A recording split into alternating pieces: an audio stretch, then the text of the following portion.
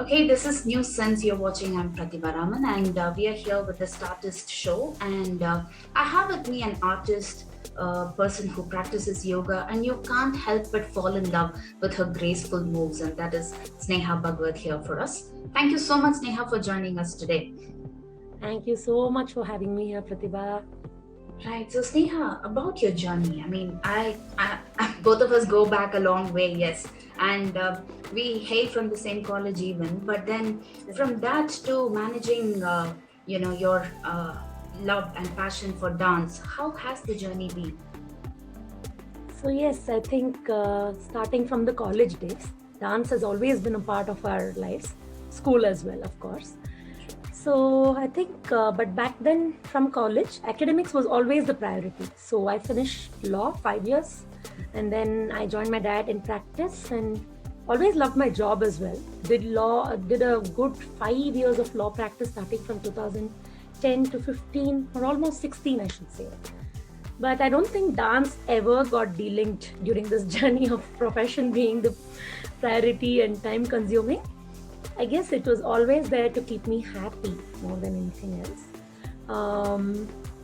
One thing that I realized as I kept going through both my law profession as well as my dance journey is I enjoyed both of them equally, but I guess you always have a stronger calling towards one thing. So this decision was definitely hard also because I had to leave Appa's office. See, it's a different office. You just give them a resignation letter and say, okay, I don't want to work over. So, but when it is your own office, I think it's a lot of thought process, As a dancer myself, it has been like pretty, a lot of emphasis given on tradition and structure. Correct. Today, has it kind of become a lot more fluid? I would say definitely the boundaries have probably blurred a little more than what it used to be for them. Um, Again, both an advantageous stage as well as a disadvantageous stage because there are a lot of dance classes, way too many dancers. We have so many dance classes around.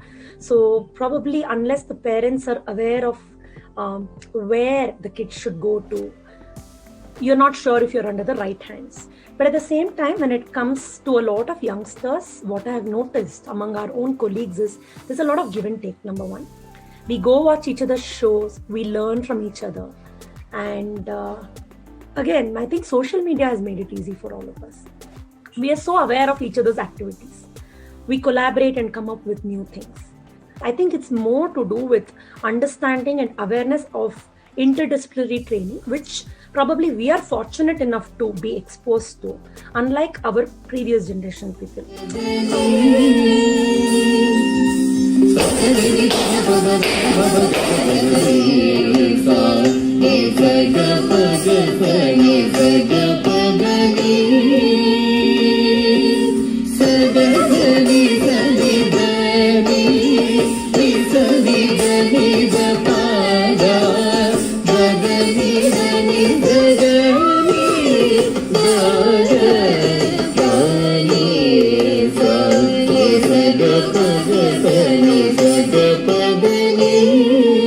How has Bangalore been for artists as compared to other cities? Because Chennai being Chennai, that is the first place that any artist would think of when it comes to traditional art forms. So how has Bangalore kind of been for you? See, personally, I've always felt Bangalore, whether it is opening its arms to different dance forms or new dancers, has always been so welcoming and warming. Again, I think it's also to do with people in general. Here, that's exactly why I feel you find so many, not only Kannadigas like Karnataka people, but so many multilingual, right? But at the same time, uh, a lot of today's youngsters find it so hard to relate. Probably if I'm going to do a javali where I'm going to fight with the hero and say, oh, why didn't you come, and all of that, how far can they relate to it?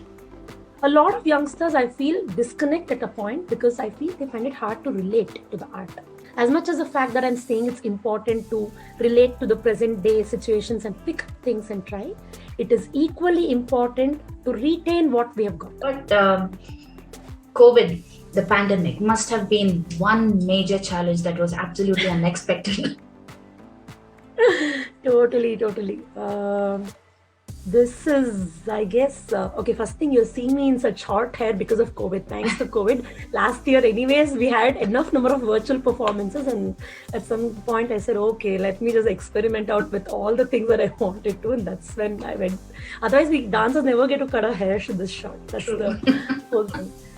Initial phase of COVID was super exciting for artists, I feel, to be very honest, because there was so many virtual platforms which just opened up, and there was so much happening, like even a weekday which you would never go and probably catch up on a performance, you actually sat through on like a Monday evening or a Tuesday evening and watched like a good performance, which was amazing.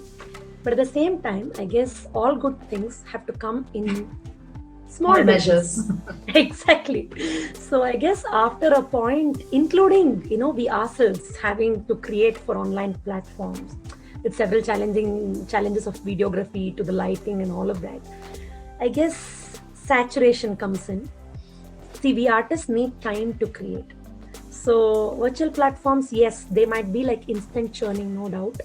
But at the same time, you need to like cut off for a while, create and come back. I think that's the whole idea of it.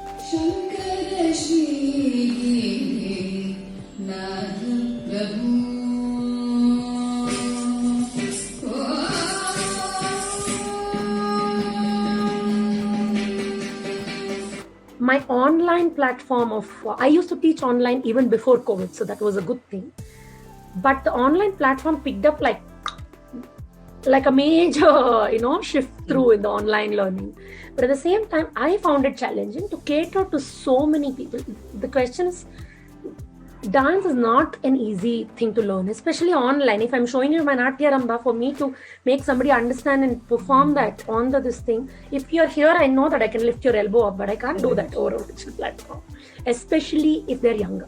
Into the final challenge, the final question. Freedom of expression has been one of those major topics that has been doing the rounds for many artists of sorts. So what is your take on the freedom of expression? Is it really curtailed, or has it really opened up? Should India really debate on this? I have personally also felt a lot of times that there is a need for every artist to get to that point where maybe some people choose to and some people don't, just like how it is for individuals, right? Some people choose to express and go ahead and take it on them to get there, whereas some people don't. So as artists, yes, there are a lot of restrictions, especially because, like we have known, traditional art form, it has been there for so long. So how much is it okay to experiment? How much is it not okay to experiment? So if I want to take up a theme, just as an example, totally related to Christianity, and I want to present it in Bharatanatyam, is it even acceptable? Should we do it? Should we not do it? Who tells us this part of it? Who tells us this? Yes, there are texts to guide us. There are a lot of other things to guide us. There are teachers who are so knowledgeable, who come to our help and aid for whatever we need. So certain boundaries are still a question, whether we should touch, we should not touch. And as an upcoming artist, as an artist who's trying to evolve, my personal take is, yes, I would really want to touch those boundaries. Even if I happen to fail in my communication and I want to retry it again, or maybe, even get criticized, I'm okay with it, because for me, I feel it's important to put across my conviction to whoever is around in the most convincing way that I can. And for me, art is my way. And I hope you never fail and you continue to succeed forever. Thank you so much, Pratibha. So glad that we could connect.